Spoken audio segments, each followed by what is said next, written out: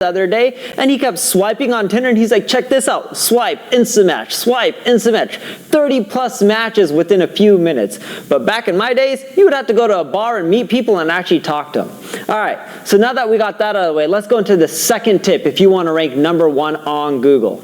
The second tip I have for you is optimize your title tag and your meta description. Have you ever done a Google search and noticed that every time you do it, there's this link at the top and then there's this one sentence?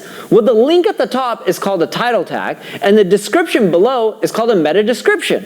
Now think of it this way. If you search for the phrase online dating and you don't see the word online dating in either the title or the description, are you going to click on the result?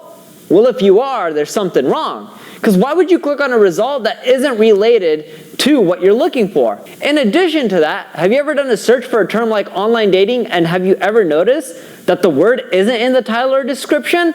That's because Google tracks who's clicking on what listing. And they've learned that when a keyword is in the listing, that same keyword that you're searching for, they know you're way more likely to click through. So in your title tag and your meta description, make sure you include the keyword. But you can't just include the keyword like online dating, right? The easiest way, what I would do, and I wish it was this simple, I would just put online dating, online dating, online dating, online dating. If I could put it 20 times so people would know that the article's on online dating, I wish I would get more clicks. But it's not that simple. Yes, you have to include the keyword in your title and your description, but it has to be appealing. If it doesn't flow in a sentence, it's not easy to read, and it's not appealing or evoking curiosity, no one is going to click through. The third thing I have for you is to use Google Search Console. Did you know that Google gives you a tool that teaches you how to rank #1 on Google? Yes, I know that sounds ridiculous, but it is true, and it's called Google Search Console. If you're not already a user of it, sign up. It doesn't cost $1.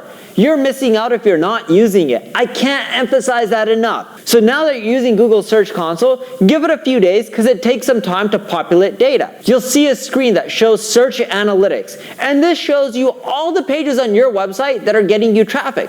But the cool thing about Google Search Console is they also show you which articles are getting impressions. And here's what I mean by impressions. You know when you do a search on Google, you don't always click through on a result, right?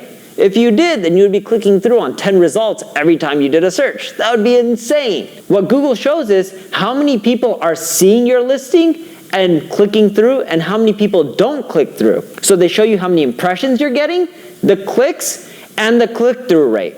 And what you'll find is, in general, you're lucky if you're getting around a 5% click-through rate, sometimes 10, 15, but in most cases, most of your pages are going to be getting less than 5% click-through rate. Now, the cool part about Google Search Console is they show you all the keywords that you're getting impressions for and all the ones you're getting clicks for. Now, remember the first tip was about content thoroughness and you want an article that talks about everything under the sun?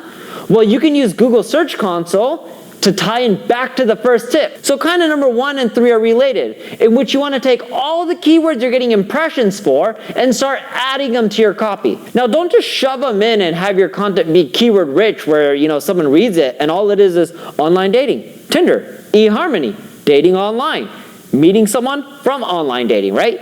If someone was reading your article and it sounded just like that, they're gonna bounce off your site because that means your content sucks and it just has too many keywords. It has to flow naturally and be educational. So you wanna take those keywords that you're seeing in Google Search Console and add them to the article.